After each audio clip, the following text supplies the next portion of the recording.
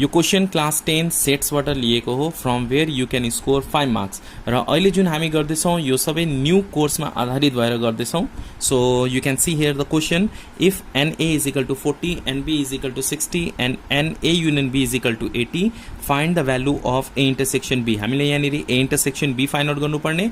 After that draw the van diagram of the above information. जुन जुन इन्फर्मेसनहरू माथि छ त्यसको चाहिँ डायग्राम बनाउनु पर्छ. So let's take a start here. NA, what is the value of NA here? 40, so write on 40. NB, value of NB. NB कति छ यहाँनिर 60, so 60 लेख्ने.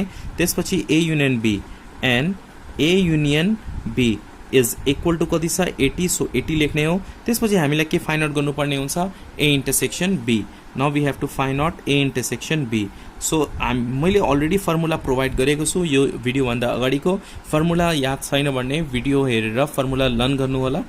सो A इन्टरसेक्सन B को फर्मुला के हुन्छ NA plus NB minus NA union B. यो formula छ हामीसँग. Or we can write A union B is equal to NA plus NB minus A intersection B. जे गर्दा पनि भयो. हामीलाई के फाइन्ड आउट गर्नुपर्ने A intersection B. So what is the value of NA? NA को भ्यालु कति छ 40, सो 40 लेख्ने. प्लस NB को भ्यालु कति छ 60, सो 60 लेख्ने. माइनस A युनियन B को भ्यालु कति छ 80, सो 80 लेख्ने. ओके 40 प्लस 60 कति हुन्छ 100, so we have to write here 100 minus 80 is equal to how much 20. Okay up to here. Next draw the van diagram of above information. हामीलाई के यहाँ बनाउनु पर्छ भेन डायग्राम बनाउनु पर्ने. So let's draw the van diagram in number B. Okay, two subsets are there A and B. So draw here for set A and here for set B. यहाँ A राख्ने यहाँ B राख्ने. Here we have to write on union. Okay, now पहिले सबैभन्दा पहिला बिचमा राख्नुपर्छ which is intersection. How much here 20, so we have to write here 20. Okay, now NA कति छ यहाँनिर 40. अब यो पार्ट भनेको ओन्ली A हो त्यही भएर 40 यो पार्ट सब्ट्र्याक्ट गर्नुपर्छ इन्टरसेक्सन पार्ट सब्ट्र्याक्ट गर्नुपर्छ. So we have to subtract 20 is equal to 20. B NB कति छ B इज इक्वल टु कति छ यहाँ 60, सो 60 माइनस 20 यो इन्टरसेक्सन पार्ट सब्ट्र्याक्ट गर्ने हो is equal to when you subtract we get here 40. So 40 भनेको कुन ओन्ली B र 20 भनेको only A. Hope you understand this question. Now look at next. A and B are the two subsets of universal set U. A र B दुईटा subset छ universal set U को in which NU is equal to 54. NU is equal to कति दिएको छ 54. NA is equal to 25. NB is equal to 18 and A intersection B is equal to 7.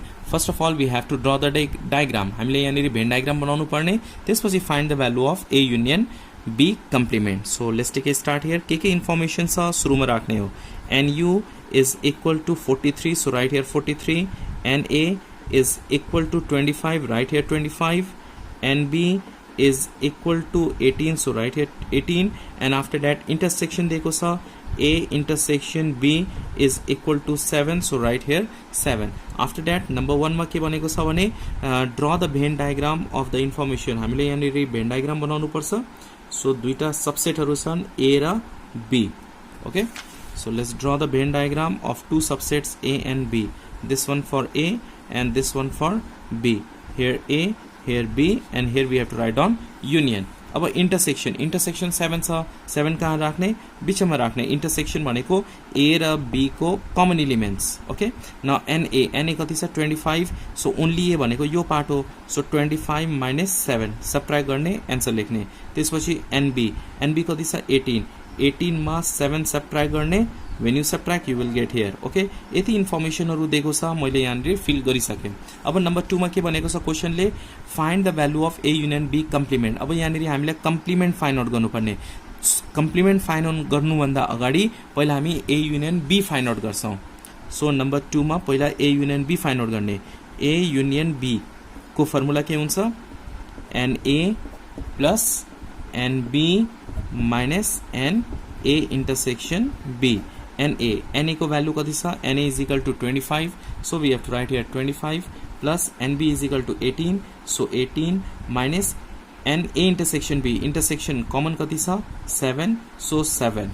now we have to calculate and we get 36. So we have to write here 36. After that we have to find out A union B complement. अब A union B complement find out करने, and A union B complement is equal to, इसको formula क्या उनसा, NU minus N A union B. NU is equal to कति सा यानी 43. So we have to write here 43 minus A union B कति सा यानी 36. So यानी कति राख्ने 36. Now we have to subtract 43 minus 36 and we get here 7. So we have to write here 7. So A union B complement kati ayo? 7.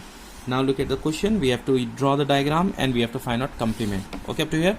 Hope you understand this question taken from class 10 sets. If you understand, please hit the like button. New hunनुहुन्छ भने please subscribe गर्नु होला and do not forget to share with your friends. Thanks for watching till last. Keep supporting and keep sharing.